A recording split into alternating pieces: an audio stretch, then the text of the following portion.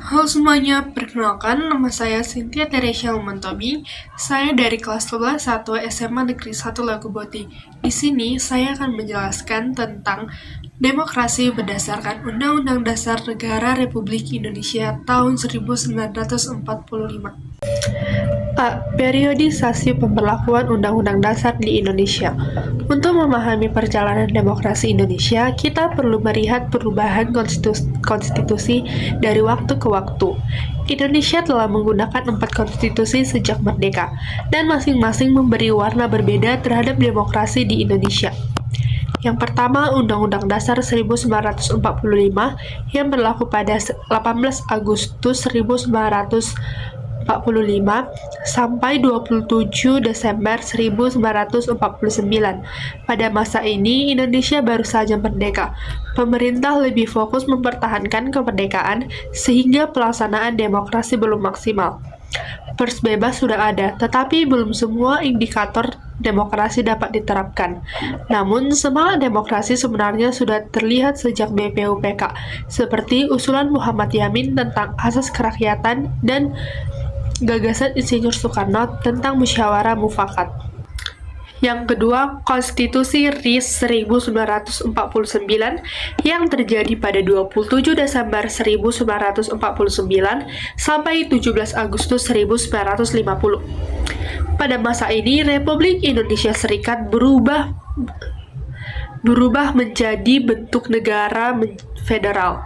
Konstitusi RIS menegaskan bahwa negara adalah negara hukum yang demokratis, dan kedaulatan dilakukan bersama pemerintah, DPR, serta Senat. Hal ini menunjukkan adanya pembagian kekuasaan yang cukup kuat. Yang ketiga, Undang-Undang Dasar Sementara 1950 yang terjadi pada 17 Agustus 1950 sampai 5 Juli 1959. Indonesia kembali menjadi negara kesatuan dengan sistem parlementer. Pada masa ini, demokrasi berjalan relatif lebih hidup. Partai politik berkembang bebas, kabinet sering berganti, dan DPR memiliki peran kuat.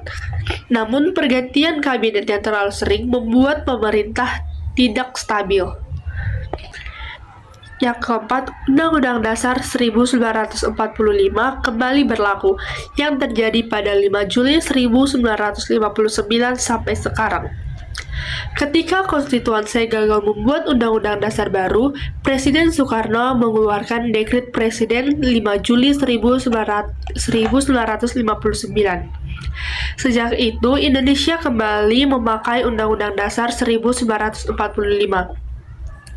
Periode ini kemudian berkembang ke era Orde Lama, Orde Baru, hingga reformasi.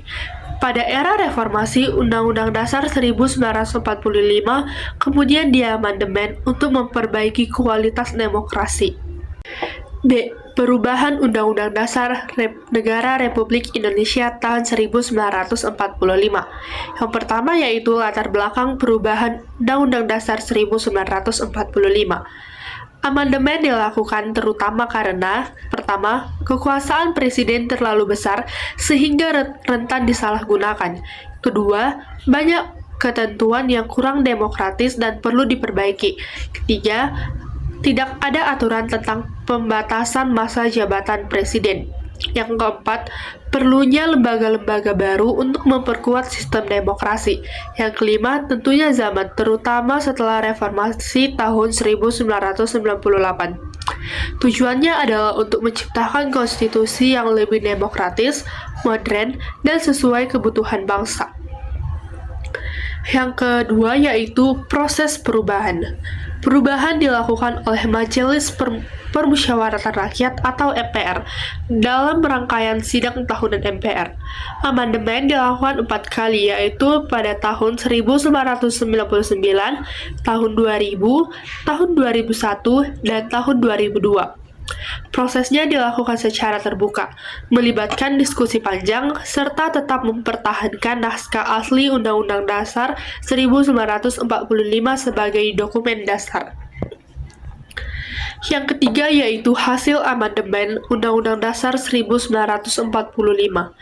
Beberapa perubahan besar hasil amandemen antara lain, yang pertama, Presiden dan Wakil Presiden dipilih langsung oleh rakyat, bukan oleh MPR.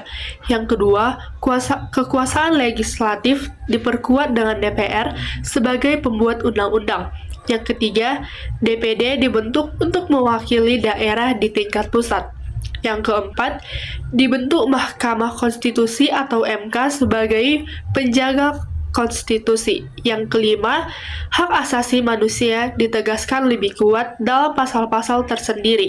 Yang keenam, penjelasan Undang-Undang Dasar tidak lagi terpisah, tetapi dimasukkan dalam pasal-pasal.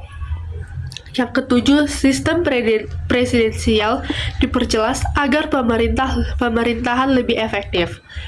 Amandemen membuat Undang-Undang Dasar 1945 menjadi demokratis tanpa mengubah dasar negara dan bentuk negara. C. Perilaku demokrasi berdasarkan Undang-Undang Dasar Negara Republik Indonesia tahun 1945 pada era keterbukaan informasi. 1. Makna demokratis.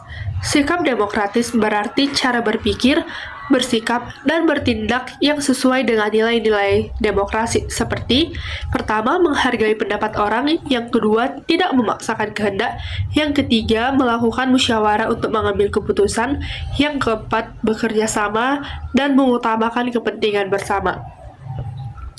Menurut Mustari, demokrasi bukan hanya teori, tetapi sikap yang harus tampak dalam kehidupan sehari-hari.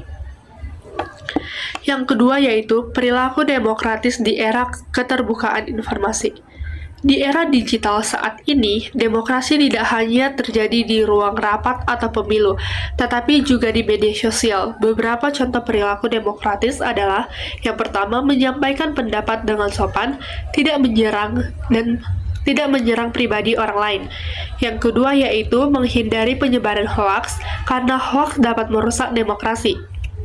Yang ketiga, memberikan kesempatan kepada orang lain berbicara atau berpendapat. Yang keempat, mengikuti aturan bersama dan menerima hasil musyawarah. Yang kelima, aktif dalam kegiatan organisasi seperti OSIS, Karang Taruna, atau pemilu sekolah. Yang keenam yaitu menggunakan hak pilih secara bertanggung jawab saat pemilu. Demokrasi dapat berjalan baik jika masyarakat ikut menjaga etika dalam berdiskusi dan menghargai perbedaan pendapat. Sekian yang dapat saya sampaikan. Jikalau saya memiliki kesalahan di dalam video ini, saya meminta maaf. Terima kasih.